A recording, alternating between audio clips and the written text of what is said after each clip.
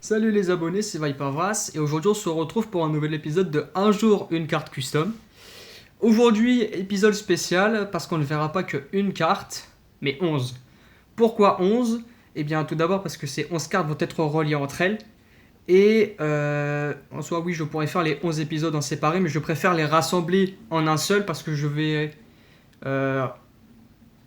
répéter plus ou moins plusieurs choses si je fais des épisodes séparés. Je préfère du coup tout mettre en commun et me concentrer sur les détails plus intéressants. Si vous venez de rejoindre la chaîne, Un jour une carte custom, c'est une petite série qui a commencé il y a déjà une bonne petite semaine, je crois. Et dans cette série, je vous présente des cartes que j'ai créées moi-même. Et pour l'instant, on en a posté 10. Enfin, 10 si on compte les compilations. Mais je ne vous en dis pas plus. Je vous invite à aller voir les précédents épisodes. Je vais essayer de les mettre dans la description si ça marche. Et je vous invite surtout à vous abonner à la chaîne Vipervras et Coach Squelette pour ne pas manquer les prochains épisodes qui seront plus courts ou alors ressembleront à celui-ci. Aussi, si vous êtes fan de Yu-Gi-Oh! Je fais également avec mon ami Squelette des cartes Yu-Gi-Oh! Signature avec la roue. Mais si vous voulez plus de détails, allez voir les épisodes. Donc abonnez-vous encore une fois à la chaîne. Et on va s'attaquer directement à notre sujet principal, donc les 11 cartes de la vidéo. Je vais pas vous mentir, ces 11 cartes, elles ont sans doute pour certaines des designs magnifiques. Et franchement, leur gameplay est quand même assez cool. Franchement, j'hésite à faire un deck de structure avec eux. Pourquoi eux ? Parce que ça va être des garçons. Il y aura des filles, les gars, calmos. Il y aura des filles aussi. Mais bref. Maintenant, on va passer directement à la présentation des cartes. Pablo et ses ancêtres combattants. Déjà, qui sont Pablo et ses ancêtres combattants ? Pour la petite histoire, il y en aura d'autres pour les autres cartes si vous le souhaitez. Pablo est un bébé zombie qui a des pouvoirs télékinésiques et qui, grâce à un bracelet assez particulier, attendez, j'en mets ça, assez particulier donc je disais, il obtient la capacité de se transformer en l'un de ses 10 ancêtres. Et ce qu'il faut savoir, c'est que chacun de ces ancêtres-là possède une arme propre. Donc il est maître dans cette arme et dans le style de combat qui correspond à cette arme. Ces ancêtres combattants, vous allez voir, ils vont avoir des effets communs et 2 effets chacun personnels, dont un qui va demander un zombie d'un attribut précis, ce qui va correspondre à d'autres ancêtres combattants en fonction de leur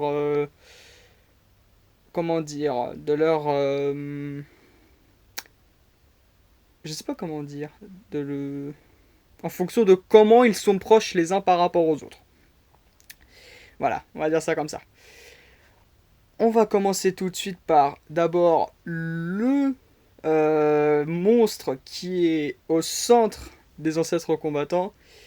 Et c'est Pablo Zombie Télékinésiste. On y va maintenant. Voici donc Pablo Zombie Télékinésiste, la 11e carte du set et le centre de la stratégie des ancêtres combattants. Pablo Zombie Télékinésiste est donc un monstre ténèbres. Il est de niveau 3. Il est de type zombie, ça se passe sur l'image d'ailleurs, il est très mignon, on va pas se mentir. Et il a 1000 d'attaque et 600 de défense. Alors c'est vrai, il fait pas très peur avec ces stats là, d'ailleurs même sur son image il fait pas très peur. Mais c'est son effet qui nous intéresse et qui peut renverser un petit peu la tendance selon la situation. Le premier, parce qu'il en a 3, le premier c'est que tant que Pablo est en position de défense sur le terrain, il ne peut pas être détruit au combat. Donc même s'il... Alors on peut se prendre bien sûr les dégâts perçants, mais genre si par exemple on a un monstre à 3000 d'attaque qui attaque Pablo en mode défense, Pablo il reste là sur le terrain, il va pas dans le cimetière. Le deuxième, c'est celui-là qui est le plus intéressant, c'est que lorsque Pablo est invoqué normalement ou spécialement, on va pouvoir chercher une carte qui le mentionne dans notre deck. On va pouvoir ajouter cette carte à la main. Prenons un exemple, il y aura le bracelet ancestral qu'on verra plus tard. Et je crois un des ancêtres combattants aussi. Et en contrepartie, pour éviter que l'effet soit quand même un peu trop broken, on va mélanger une autre carte qu'il y a dans notre main, dans notre deck. Et aussi, la carte ajoutée ne peut pas être jouée ce tour. Et enfin, une fois par tour, le dernier effet, c'est qu'on pourra bannir une carte sur le terrain, n'importe laquelle, même une carte de l'adversaire, donc monstre, piège ou magie. On la bannit jusqu'à la end phase, ce qui veut dire que quand même la carte reviendra à la fin du tour. Et Pablo va gagner 500 points d'attaque et de défense. Cet effet-là, alors, c'est moi qui le pense, hein. Je pense que c'est mieux de l'invoquer enfin, de l'invoquer. De l'activer tant que Pablo est en position de défense, parce que au moins comme ça il sera pas détruit si jamais. Ou, en fait, l'activer en mode attaque, c'est quand vous êtes sûr de finir votre adversaire. Donc, parce que quand même 1500 d'attaque, c'est quand même assez gros. Mais il faut être trop sûr de finir l'adversaire à ce moment-là, quoi. Mais après, on sait pas... on sait pas après ce qui pourra arriver. Donc, comme je l'ai dit dans le deuxième effet, Pablo, lorsqu'il est invoqué normalement ou spécialement, donc même du cimetière, hein, il va pouvoir chercher une carte qu'il mentionne. Donc ça veut dire que tant qu'une carte a Pablo Zombie Télékinésiste dans son effet, on va pouvoir prendre cette carte dans notre deck. Donc j'ai pris l'exemple tout à l'heure, le bracelet ancestral, qui est la carte qui va permettre d'invoquer les ancêtres combattants avec une autre carte. Je crois, oui, il y a un ancêtre combattant aussi qu'on va pouvoir aller chercher dans notre deck. Après, il y en a d'autres, donc tracteur suspect qu'on verra plus tard, le moulin délabré, tout le reste. Mais c'est quand même un effet assez cool. Les seules restrictions, c'est que la carte ne peut pas être jouée ce tour et qu'on mélange une autre carte de notre main dans le deck. Après, en soi, mélanger une main dans notre deck, ça reste normal. Mais ce qui est un peu chaud, c'est que la carte peut pas être jouée le tour où on la prend dans notre deck. Après, sinon, ce serait trop facile.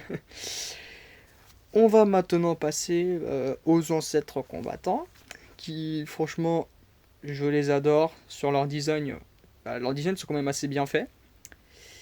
Et du coup, on y va tout de suite. On commence avec l'un de mes ancêtres combattants préférés, la 12e carte du set guerrier du multivers. J'ai nommé l'ancêtre combattant Lucky's, le cowboy des morts vivants, un de mes préférés. Lucky's est donc un monstre ténèbres de niveau 9 de type zombie, avec 3500 d'attaque et 2200 de défense. Ces statistiques vont être partagées parmi tous les ancêtres combattants, sauf 2.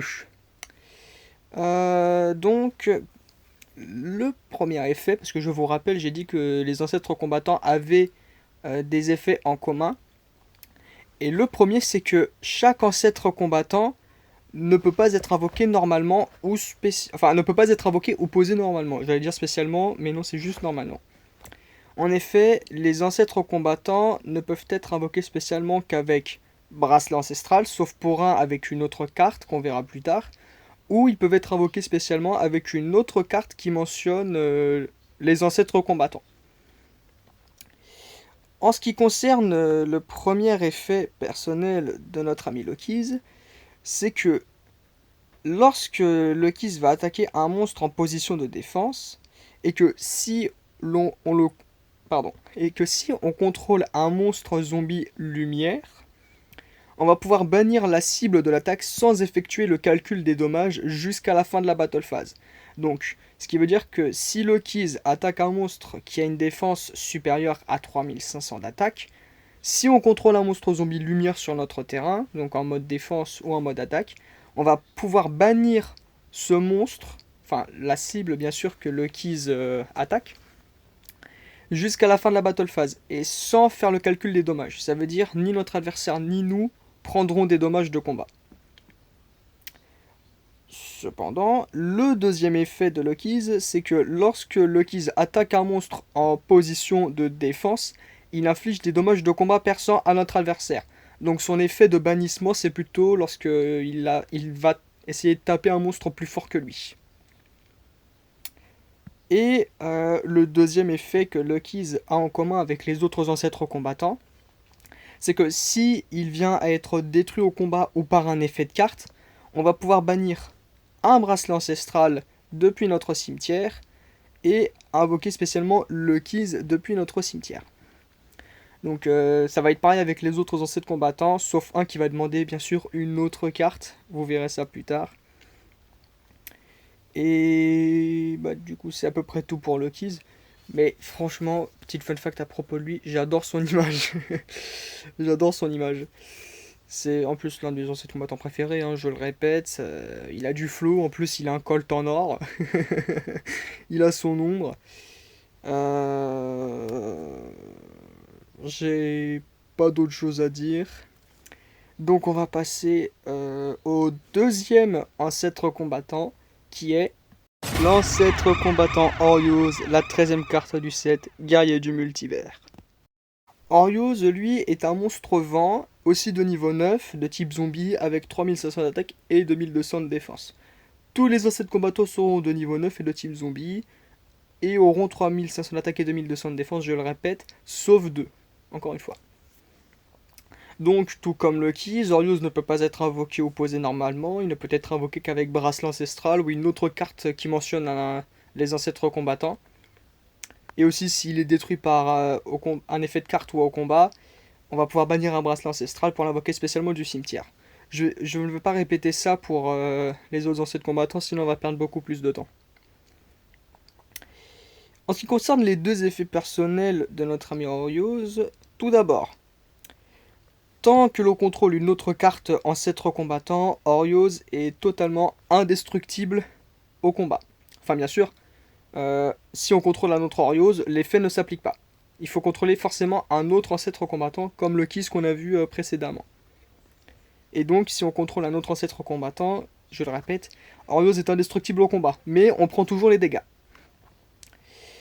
Aussi, Orios, il peut attaquer directement notre adversaire. Donc, c'est-à-dire que même si notre adversaire a des monstres, Orios va pouvoir l'attaquer directement. Petite restriction, son attaque sera divisée par 2 lors de la damage step, donc la phase du calcul des dommages, sauf si on contrôle un monstre zombie-feu. Donc ça veut dire que tant qu'on n'a pas de monstre zombie-feu, Orios tape directement avec la moitié de son attaque, alors que si on contrôle un monstre zombie-feu, Orios tape à 3500. C'est quand même un effet assez puissant. Et vous allez voir du coup que le prochain ancêtre combattant, lui, ce sera le zombie-feu dont on parle dans les faits. Et après cet effet n'est pas trop broken parce que les ancêtres combattants sont quand même, si on n'a pas les bonnes cartes, assez durs à invoquer. Enfin après, il y a quelques cartes qui invoquent les ancêtres combattants, mais je pense pas qu'il y aura toutes les cartes qui vont les invoquer non plus. Mais franchement, ça reste quand même un très bon effet. D'ailleurs aussi, la petite fun fact, hein, comme j'ai fait avec le Keys, Orios est magnifique. On dirait trop un Robin des Bois. D'ailleurs, je crois, Robin c'est son vrai prénom, si je me souviens bien. C'est son vrai prénom, mais il se fait appeler Orios à cause de ses capacités. Et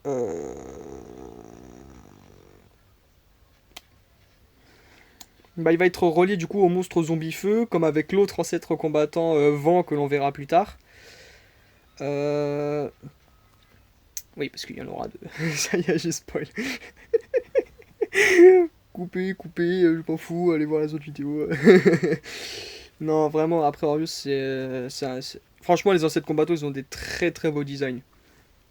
Mais bon. Passons directement du coup au monstre zombie feu, comme je l'ai dit. Et c'est l'ancêtre combattant Zoslo, la 14e carte du set guerrier du multivers. Donc Zoslo, comme je l'ai dit, c'est un monstre feu, il est de niveau 9, type zombie, 3500 d'attaque, 2200 de défense, bla bla bla. Donc, je suis sympa, je vais le répéter, il ne peut pas être invoqué ou posé normalement, il peut être invoqué spécialement qu'avec bracelet ancestral ou une autre carte qui mentionne les ancêtres combattants. S'il est détruit, on bannit un bracelet ancestral, et on en invoque spécialement Zoslo depuis notre cimetière. Ces deux effets personnels, donc le premier c'est que tant que Zoslo est sur le terrain, notre adversaire ne pourra pas cibler nos monstres zombies avec une attaque. À part Zoslo. Il n'y a que Zoslo qui pourrait être ciblé par les attaques. Le deuxième, c'est que si Zoslo attaque ou est attaqué par un monstre et que l'on contrôle un monstre zombie vivant, comme Oriose, Zoslo va gagner exactement 500 points d'attaque durant la damage de step uniquement. Et c'est tout. Du coup, la petite fun fact. Est-ce qu'il y a des fun facts alors, du coup, vous avez donc compris que Zoslo et Oriose, ils ont une synergie entre eux. Donc, si on contrôle Oriose avec Zoslo, Oriose peut taper à 3500. Et si Zoslo, il y a Oriose avec lui ou l'autre ancêtre combattant vent, il gagne 500 points d'attaque durant la damage de step. En vrai, qu'est-ce qui rapproche les ancêtres combattants entre eux? Même Pablo d'ailleurs, hein. Parce que Pablo, avec des cartes, il pourrait avoir des synergies avec les autres ancêtres combattants. C'est leur nationalité. Oui, les ancêtres combattants des nationalités, posez pas de questions. Lucky's est américain. Orios et Zoslo sont anglais. Il y aura des français, comme Pablo. Pablo est français. Il y aura des japonais aussi. Il y en aura deux. Et après, c'est tout. Ouais, alors, il y a Amérique, France, Japon, Angleterre, je crois. Je crois que c'est tout. Ouais, c'est tout. Et donc, j'ai essayé de respecter, en fonction de leur nationalité, euh, leurs effets. Après, bien sûr, il y aura plusieurs monstres zombies ténèbres, hein, donc c'est normal si, par exemple, par exemple, lancer de combattant qui va demander un zombie lumière, enfin, pardon, un zombie ténèbres, il pourra, pour activer son effet, quoi. Même s'il n'est pas forcément de la même nationalité que le monstre zombie ténèbres, mais ça n'a pas d'importance. On passe maintenant au quatrième ancêtre combattant de la vidéo, et c'est ce gars-là. L'ancêtre combattant Samurais, la 15e carte du set guerrier du multivers. Samurais est donc un monstre haut, niveau 9, zombie, 3500 d'attaque, 2200 de défense. C'est l'un des deux japonais dont j'ai parlé un petit peu plus tôt. Peut pas être invoqué ou posé normalement, bracelet ancestral, bla bla bla. Vous avez fini par comprendre. Enfin, j'espère. Les deux effets personnels donc. Le premier, c'est que Samurai peut attaquer 2 fois lors de notre battle phase. Cependant, petite restriction, on ne peut pas attaquer directement avec Samurai après activation de cet effet. Sinon, c'est trop facile. Aussi, si on contrôle un monstre zombie terre, Samurai pourra attaquer alors qu'il est en position de défense. Là, du coup, les fans de Yu-Gi-Oh! Vous pensez directement au Samouraï Supra Lourd. Je me suis un petit peu inspiré de ça pour cet effet. Et du coup, si Samurai attaque en position de défense, on va appliquer sa défense pour le calcul des dommages. Et c'est à peu près tout. La petite fun fact à propos de lui, c'est que, je sais pas vous, mais j'ai l'impression qu'il ressemble un peu à Soji Okita. Ça me fait penser un petit peu à lui parce que j'ai vu des mangas où il était dedans, Soji Okita, et j'ai l'impression qu'il lui ressemble beaucoup. Enfin, il y a un petit air de ressemblance, mais l'image est quand même assez bien faite, hein. Ça reste de l'IA, mais quand même, hein. AZ. Et donc, comme je l'ai dit, c'est un des deux japonais chez les ancêtres combattants. Du coup, le deuxième japonais, ça va être le monstre zombitaire. On verra dans quelques petites minutes. Bref, trêve de blabla, on va passer au 5e ancêtre combattant. Et le voici. L'ancêtre combattant Trixie, la 16e carte du set guerrier du multivers. Trixie est donc un monstre de niveau 9. Il est vent, pardon, j'ai oublié de le préciser. Zombie 3200 d'attaque. Oui, j'allais dire 3500, mais non, c'est un des deux ancêtres combattants qui n'a pas 3500 d'attaque.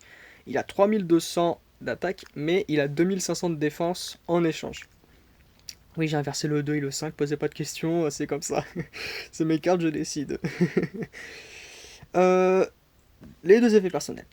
Le premier, un petit peu broken, mais seulement, vous allez voir. c'est qu'une fois par tour, si on contrôle un monstre zombie feu, Zoslo par exemple, on va pouvoir poser une carte magie ou piège directement depuis notre deck dans notre zone magie piège. Cependant, on ne pourra pas activer cet effet tant que la carte posée par l'effet de Trixie n'a pas été activée. C'est conditionnel, mais il y a des conditions pour l'activer, mais ça reste quand même très broken. Après, bien sûr, c'est une fois par tour, donc voilà. Mais par exemple, je vais dire ça comme ça, mais ça peut, par exemple, faire un autre ancêtre combattant gratuit si on pose un bracelet ancestral, quoi. C'est un truc gratuit. Le deuxième, c'est que Trixie, il ne peut pas être détruit au combat par un monstre magicien. Parce que c'est un sorcier. C'est un zombie sorcier. Du coup, c'est à peu près tout. La fun fact à propos de lui, c'est que j'ai eu énormément de mal à trouver son prénom. J'avais déjà son design en tête, mais lorsque je l'ai créé... Alors, j'avais les noms de pratiquement tous les autres ancêtres combattants, mais Trixie, c'est un des rares où j'ai galéré à trouver un prénom. Ouais, c'est un des rares. Et aussi, alors, vous pouvez le voir aussi, c'est que sur l'image, alors je ne sais pas si ça se voit très bien, mais en fait, il a l'air moins confiant que les autres. Alors, on voit Orios, il est prêt à tirer, Zoslo, il a une gueule de quelqu'un qui est prêt à tabasser. Alors que Trixie, il est plutôt moins confiant. C'est pour ça, en fait, c'est limite pour ça que je lui ai donné moins d'attaque. C'est que, en fait, le truc avec Trixie, c'est qu'il est presque jamais sûr de ce qu'il fait. Sauf quand il lance des sorts, sinon il est presque jamais sûr de ce qu'il fait. Il se pose trop de questions, en fait. Et du coup, c'est un anglais aussi, donc il est avec Orios et Zoslo. C'est pour ça d'ailleurs que Zoslo, du coup, il a une synergie avec les zombies vents, et Trixie et Orios, ils ont une synergie avec Zoslo, donc zombie feu. Et sans transition, on va passer directement au prochain ancêtre combattant, notre deuxième japonais, et c'est lui. L'ancêtre combattant Zado, la 17ème carte du set guerrier du multivers. Zado donc est le monstre zombie terre, il est également niveau 9, 3500 d'attaque et 2200 de défense. Et comme je le dis, du coup c'est le deuxième japonais, et vu que c'est le zombie terre, c'est avec lui que Samurai va avoir la synergie, et Zado va également avoir la synergie avec Samurai. Le premier effet... Attendez, oui, ça commence là. Le premier effet de Zado, c'est que une fois toutes les deux battle phases, lorsque Zado que l'on contrôle est attaqué, on va pouvoir bannir Zado de notre terrain. On ne va pas recevoir les dommages de combat. Et à la fin du tour où l'on a activé cet effet, Zado va être invoqué spécialement en position de défense face recto. Ou alors, si on contrôle un monstre zombie haut, donc Samurai, on va pouvoir l'invoquer spécialement en position d'attaque face recto. En soi, c'est... Après, vous pouvez, j'ai dit, donc vous pouvez l'invoquer en position de défense si ça vous chante, ou en position d'attaque. Mais c'est seulement si vous contrôlez un monstre zombie haut, par contre, l'option pour le mode attaque. Aussi, du coup, après cet effet, après activation de cet effet, Zado ne pourra pas attaquer lors de notre prochain tour. Et c'est tout. Ah oui, c'est tout. Bah oui, parce que voilà, c'était... Ouais, donc en fait, c'était un effet, mais avec option. Donc c'est pour ça que je n'ai pas mis un deuxième truc. Mais ça reste quand même un effet très fort, quoi. Parce que du coup, il peut esquiver l'attaque, on prend pas les dommages, et il revient à la fin du tour. Après, c'est une fois toutes les deux battle phases. Donc, ça reste quand même équilibré, mais ça reste puissant. La fun fact avec Zado, du coup, c'est le deuxième japonais. Et ce qui est drôle avec lui, c'est que malgré le traducteur universel, oui, parce que, en fait, tous les personnages, la majorité d'entre eux qui seront dans les cartes, font partie d'un univers que j'ai créé. Et il y a un traducteur universel, donc ils parlent tous à peu près la même langue. Sauf que Zado, lui, le traducteur universel, ça ne marche pas avec lui, du coup il ne fait que parler japonais. Enfin, je rigole pas, mais il fait que parler japonais, mais il se fait comprendre par les autres ancêtres combattants, c'est ce qui compte. Mais oui, il fait que parler japonais. Et donc, bah, c'est un ninja. Je sais pas si ça se voit, mais du coup, c'est un ninja. Samouraï, bah, c'était un épéiste. Mais samouraï, épéiste, tomato, tomato. Zos le chevalier, Orios archer, Lucky's tireur. Trixie, bah, sorcier, magicien, voilà. Bah, du coup, on va passer directement au prochain ancêtre combattant. Et c'est lui. L'ancêtre combattant Zane, la 18e carte du set guerrier du multivers. Zane est donc un monstre zombie lumière de niveau 9, 3100 attaques et 2200 de défense. C'est de lui c'est lui dont le Keys a besoin pour activer son effet de la battle phase. Les effets donc de Zane ne peuvent pas être invoqués ou posés normalement, vous avez compris. Une fois par tour, Zane est indestructible au combat, mais on reçoit quand même les dommages de combat. Et le deuxième, c'est qu'une fois par tour, on va pouvoir cibler une carte sur notre terrain et sur le terrain de l'adversaire, détruire les cibles.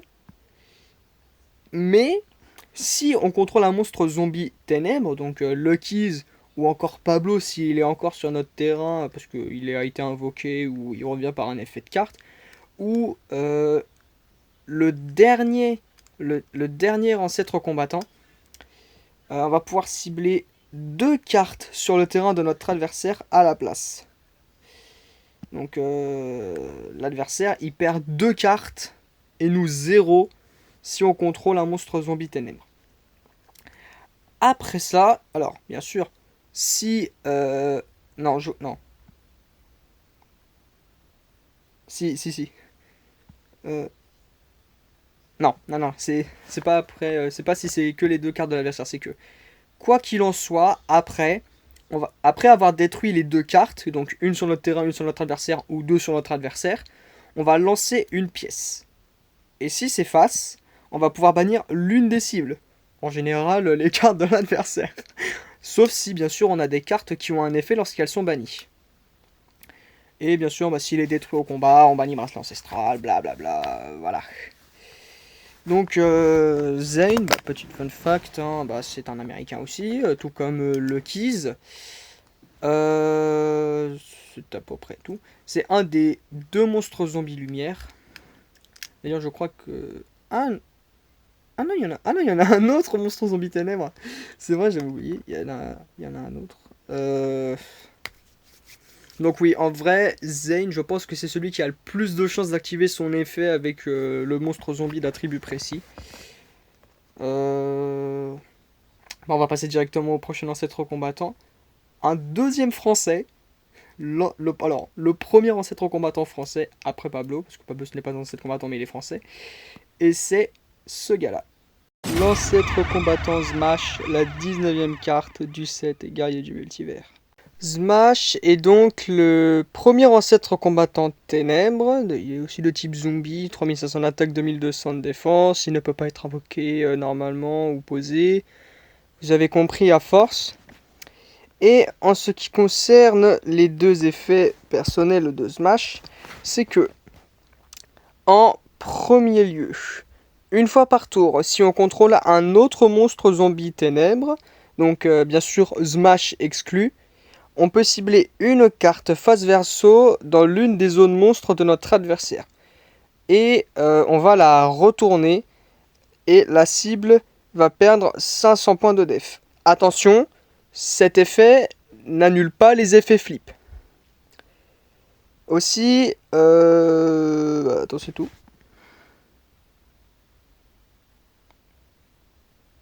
Hein? Ah, c'est tout? Ah, je pensais qu'il avait un effet de plus. C'est une présentation très courte en soi sur la carte. Hein. Ah, enfin, moi je m'attendais à ce qu'il ait un truc de plus. Enfin, je me rappelle pas, je pensais avoir mis un truc de plus. Bon bah, c'est pas grave. On va passer au prochain ancêtre combattant sans transition parce que Smash. Bah, En soi, c'est aussi un des rares ancêtres combattants sur lequel j'ai galéré à trouver un nom assez original. Et c'est à peu près tout. On va donc passer au prochain ancêtre combattant, qui est celui-ci.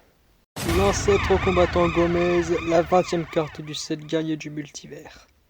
Gomez est donc l'avant-dernier ancêtre combattant de la série des ancêtres combattants. Et c'est un zombie lumière tout comme Zane qu'on a vu un petit peu plus tôt. 3500 d'attaque, 2200 de défense, type zombie, niveau 9, peut pas être invoqué normalement ou posé normalement. C'est des effets personnels. Le premier, c'est que si on contrôle un monstre zombie ténèbres, Smash par exemple, on va pouvoir ajouter depuis notre deck à notre main une magie qui mentionne, ou un piège, une magie ou un piège qui mentionne une carte ancêtre combattant ou alors Pablo zombie télékinésiste. Donc on va pouvoir ajouter le bracelet ancestral, moulin délabré, les combattants, les combattants masqués j'allais dire, mais combattants masqués et plein d'autres cartes. Et le deuxième effet personnel de notre Gomez, c'est qu'il peut attaquer directement notre adversaire, mais là, son attaque sera automatiquement divisée par deux. Donc comparé à Orios, où si on a Zoslos sur le terrain, il tape à 3500, Gomez tapera forcément de moitié s'il attaque directement notre adversaire grâce à son effet. Et je crois que oui, c'est tout normalement. Je vérifie quand même si j'ai pas oublié un petit détail. Ah! Alors, oui, c'est ça, j'ai oublié de dire. L'effet de Gomez ne s'active que lorsqu'il est détruit au combat, si on contrôle un monstre zombie ténèbres. Donc, quoi qu'il en soit, c'est une fois par tour, mais c'est lorsqu'il est détruit au combat et qu'on contrôle un monstre zombie ténèbres, on va pouvoir aller chercher la magie ou piège dans notre deck. Fun fact à propos de Gomez, déjà son image. Alors Gomez, c'est un bazooker. Il est de la classe des bazookers, donc il est censé avoir des armes, donc plus précisément un bazooka. Sauf que la censure, elle a dit non. on m'a pas fait les bonnes images. Après, cette image-là est quand même très très bien parce que c'est le style de personnage que je voulais. Il fait un peu call-off et j'aime beaucoup. Gomez aussi, j'ai aussi galéré à trouver son prénom. C'est même le plus compliqué. C'était le plus compliqué à trouver un prénom pour lui. Mais bon, j'ai fini par l'avoir et franchement, je suis très content de la carte. Et on va maintenant passer au dernier ancêtre combattant, le plus puissant de tous. Et l'un de mes préférés, je vais pas vous mentir, le voici maintenant. L'ancêtre combattant Chaos, la 21e carte du set et le plus puissant des ancêtres. Chaos est le dernier ancêtre combattant de l'archétype. Et lui, il est niveau 9 aussi. Oui, il est niveau 9 aussi. C'est le deuxième ancêtre combattant Ténèbres. Et il a 3800 d'attaque et 2900 de défense. C'est donc le deuxième ancêtre combattant qui n'a pas les 3500 et 2200 de défense, comme Trixie qui lui a 3200 et 2500 de défense, pardon. Chaos donc. Chaos, c'est l'ancêtre combattant qui ne va pas demander le bracelet ancestral pour être invoqué. En effet, Chaos, ça va être un peu comme un monstre rituel. On va devoir activer le Final Round qui va demander à bannir ou sacrifier des ancêtres combattants avec Pablo, je crois, si je me souviens bien. On verra ça lors de la présentation de la carte. Mais c'est cette carte-là qu'il va falloir utiliser pour invoquer spécialement notre Chaos. Aussi, attendez, parce que le texte est vraiment très petit là par contre. Ah oui, et Chaos peut aussi être invoqué par une carte qui mentionne les ancêtres combattants comme les autres. Mais par contre pour le bracelet ancestral ça ne va pas marcher. Alors, lorsque Chaos est invoqué sur le terrain, on va pouvoir cibler un Pablo zombie télékinésiste et deux ancêtres combattants qui sont bannis. Donc je pense que ça va être en rapport avec le Final Round justement, on va devoir bannir les cartes. Et ces cartes-là, on va les mélanger dans notre deck. Une fois par tour, alors attendez, parce que c'est vraiment très petit. Si on contrôle un autre monstre ancêtre combattant sur notre terrain. Et franchement, c'est vraiment petit, c'est galère, j'aime pas quand c'est comme ça. On va pouvoir changer, on va pouvoir cibler une carte monstre sur le terrain. C'est vraiment chiant quand c'est petit. Donc sur le terrain, ses effets vont être annulés et il perd 1000 points d'attaque. C'est énorme. Aussi, lorsque Chaos détruit un monstre au combat, on va infliger à notre adversaire des dommages de combat à notre adversaire égaux à la moitié de la défense du monstre détruit. Donc je vais prendre un exemple. Pour les joueurs de Yu-Gi-Oh, vous connaissez la carte de Sangan qui a 600 points de défense. Si Chaos détruit Sangan, on va infliger 300 points de dommages à notre adversaire parce que 600 divisé par 2, ça fait 300. Et 600 est la défense de Sangan. À la fin de la battle phase, si Chaos a attaqué, on va changer sa position de combat en position de défense face recto. Et, petite précision, sa position de combat ne pourra pas être changée jusqu'à la fin de notre prochain tour. Ce qui fait que Chaos ne pourra pas attaquer. Il peut attaquer un tour sur deux. Enfin, un tour sur deux, c'est comme ça parce que on attaque, il passe en mode défense et après on le remet en mode attaque. Il attaque, on remet en mode défense. Après, bien sûr, il n'est pas obligé d'attaquer, mais s'il attaque, il passe en mode défense et il ne peut pas repasser en mode attaque jusqu'à la fin de notre prochain tour. Est-ce que c'est tout? Alors, attendez. Ah oui, et Chaos inflige aussi des dommages de combat perçants s'il attaque un monstre en mode défense. À notre adversaire, bien sûr. Hein. Si on se prend des dommages perçants avec notre propre monstre, ça n'a plus aucune logique. Et c'est tout. Et à l'instar des ancêtres combattants, si Chaos vient à être détruit au combat ou par un effet de carte, là on va devoir bannir Final Round au lieu du bracelet ancestral dans notre cimetière. Et on va pouvoir invoquer spécialement Chaos sur notre terrain. Et aussi, pour éviter que quand même ce soit un petit peu trop broken, il ne peut y avoir qu'un seul Chaos sur notre terrain.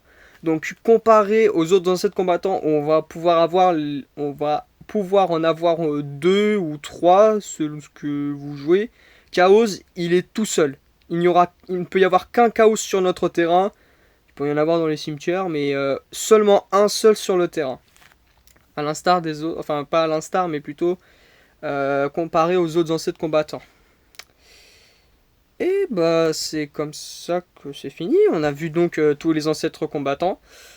Bien sûr, il va y avoir des cartes magie et pièges qui seront en rapport avec Pablo et les ancêtres combattants. Donc si vous voulez une petite vidéo comme celle-ci qui présente en un coup toutes les cartes reliées à cet archétype-là, n'hésitez pas à le dire en commentaire. Si vous voulez des histoires pour les autres cartes, mettez-les en commentaire aussi. Et comme je l'ai dit en début de vidéo, je vous autorise exceptionnellement à poster un commentaire sous cette vidéo pour avoir une chance d'avoir votre carte signature pour le prochain épisode de la roue. Peut-être que je vais poster un post aussi pour rappeler les règles et donner des précisions sur les roues, par exemple sur les types, parce que les types on ne les voit pas tous, sauf si vous faites pause au bon moment et on voit bien tous les types. Et sur ce, c'est comme ça que cette vidéo va se terminer. Je vous remercie d'avoir regardé jusqu'au bout. N'hésitez pas à laisser un like et à vous abonner. Peace.